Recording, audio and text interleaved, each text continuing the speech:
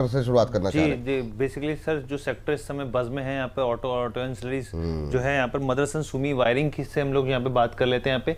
और यहाँ पर देखिए इक्विटी सिक्योरिटीज की रिपोर्ट आई है, खरीदारी की सलाह उन्होंने 48 के टारगेट्स यहाँ पर दिए हैं। अब इन्होंने कहा है कि देखिए रेवेन्यू की बात कर लीजिए या फिर आप प्रॉफिटेबिलिटी की बात कर लीजिए, कंपनी ने एक अच्छी परफॉर्मेंस दिखाई है। और खास तौर पर जो पैसेंजर व्हीकल इंडस्ट्री है जिस तरीके से ग्रोथ कर रही है उससे कंपनी को साफ तौर पर फायदा होता हुआ दिखेगा।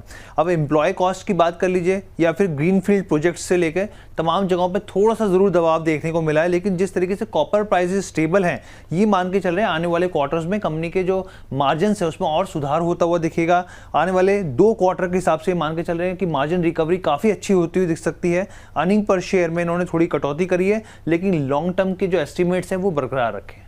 चलिए ठीक है, ये बात यहाँ पर निकल के आई है। अभी अंबाला मैम का सकारात्मक रुख जो है इस पर बातचीत कर रही थी। अंबाला मैम आप ही बताइए जरा मदरसन सुमी वायरिंग को लेकर के एक बार फिर से इस सेगमेंट में क्या राय रहेगी, और इक्विटी सिक्योरिटीज़ की राय है 48 तक के टारगेट, आपकी राय क्या है? एक स्टैंडर्ड डिस्क्लोजर आज हमने फिर से इसमें प्रेस बाय अपने मेंबर्स को रिकमेंड की है, पहले भी किया था, फिर से एक बार रिकमेंडेशन बाय रेटिंग का देकर के कराया है। Now with this standard disclosure अभी भी मेरे नजर में यहाँ पर एक अच्छी अपॉर्चुनिटी है। कल भी बात हो रही थी, लगातार ये काउंटर ही अच्छा है, तो इसमें अपसाइड मूवमेंट है। मैं यहाँ पर अभी ट्रेड की नजर से नहीं बल्कि मिड टर्म इन्वेस्टमेंट के हिसाब से देख रही हूँ। सो द गिवन टारगेट हमारे रास्ते में आएंगे। Why I am saying this, क्योंकि बिल्कुल इस रिपोर्ट से मैं एग्री करती हूँ। और जो टारगेट्स मुझे लगता है इसमें आने चाहिए, पहला टारगेट 55 है मेरा, तो एज आई सेड रास्ते में आएंगे इनके 48 रुपए के target. So I am quite convinced with this target, go for it. 42-41 के आसपास में। सर दूसरा स्टॉक है सिटी की रिपोर्ट, खरीदारी की सलाह 800 रुपए तक के टारगेट से इन्होंने दिए हैं। कह रहे हैं रेवेन्यू के हिसाब से आप देखेंगे तो एक अच्छा जंप यहाँ पर दिखेगा।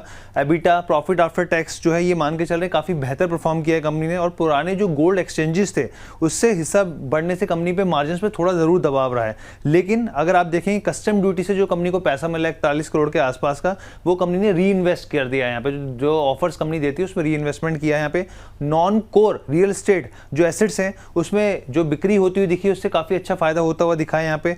और ये मान के चल रहे हैं FY27 के हिसाब से भी 200 करोड़ की अतिरिक्त यहाँ पर रिलीज की उम्मीद ये मान के चल रही है। ब्रोकर जो है बैलेंस शीट में लगातार जो है वो मजबूती देखने को मिल रही है। और ये कह रहे हैं कि Q1 में मार्जिन जरूर मिस हुए लेकिन लॉन्ग टर्म के हिसाब से बेहतर स्थिति देख रहे हैं। कल्याण ज्वेलर्स देखिए जरा आप, कल्याण ज्वेलर्स में काफ़ी धुआंधार रैली के बाद अब ऊपर से हल्का हो रहा है। कौन से लेवल आपको ज़्यादा कंफर्टेबल लगेंगे जहां पे एंट्री आपको लगता है कि करनी चाहिए, और सिटी की इस रिपोर्ट से आप कितने सहमत हैं? विपुल जी देखिए मंथली चार्ट सेटअप में इसका देख रहा हूँ ना, तो ऊपर के पोटेंशियल एकदम इमीडिएटली नजर नहीं आ रहे हैं। और इनफैक्ट एकदम ओवरबॉट टेरिटरी में चला जाएगा अगर करंट मार्केट प्राइस से बढ़ना चालू कर देता है तो। 632 रुपए का तेज नहीं लगता है, लेकिन यहाँ से करेक्शन आने की पॉसिबिलिटी बहुत ब्राइट है। जो करेक्शन 480 रुपए तक का ट्रिगर हो सकता है। तो मेरे ख्याल से करंट मार्केट प्राइस में अग्रेसिव बाय नहीं करना चाहिए। कौन सी है? जी NHPC जो है वो अगली कंपनी है। CLSC की रिपोर्ट आउट परफॉर्म की रेटिंग 117 रुपए के इन्होंने टारगेट्स दे दिए हैं यहाँ पर। अब इन्होंने कहा है कि हम लोगों को हाई कन्विक्शन है स्टॉक के ऊपर।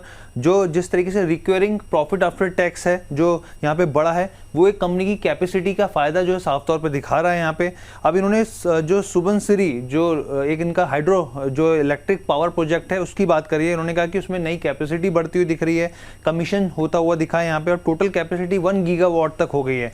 इसके अलावा इन्होंने कहा कि अगर अकाउंटिंग को देखें, कंपनी ने कंजर्वेटिव अकाउंटिंग की थी थोड़ा सा हाथ रोककर, तो इनका ये कहना है कि इसकी वजह से प्रॉफिट आफ्टर टैक्स पर असर पड़ा है। लेकिन H2 में जो दूसरी छमाही है उसमें रिकवरी काफ़ी बेहतर होती हुई दिखेगी। यहाँ पे कैपेसिटी कंपनी की बढ़ती हुई दिखेगी, और जो टैरिफ अप्रूवल होता हुआ दिखा है H2 में मजबूत स्थिति वो दिखाएगा। इसलिए इन्होंने अर्निंग पर शेयर को जो है डबल कर दिया है FY26 से 29 के हिसाब से। और रिटर्न ऑन इक्विटी को भी ये मान के चल रहे हैं तेज बढ़त आती हुई दिखेगी। चलिए अंबाला मैम आपका व्यू क्या होगा NHPC को लेकर के? NHPC पे आपका रुख सकारात्मक रहा है हाल फिलहाल में। CLSC ने काफ़ी अग्रेसिव टारगेट दिए 117, आपकी टिप्पणी क्या रहेगी? देखिए 117 अग्रेसिव टारगेट है, और ये 1 या 2 महीने के लिए नहीं है, ये करीब करीब 1 साल और उससे थोड़े से ऊपर के टारगेट मेरी ओपिनियन में तो है। So I would like to go with this report. लेकिन ये इन्वेस्टमेंट की बात हो रही है, नॉट फॉर ट्रेड, तो ट्रेड के लिए सही नहीं है, इन्वेस्टमेंट के लिए बिल्कुल आज भी महंगा काउंटर नहीं है। आप इट्स एन अपॉर्चुनिटी, आप इसको कैसे बुनाएंगे देख लीजिए, but I would like to go with the report, है पॉसिबल।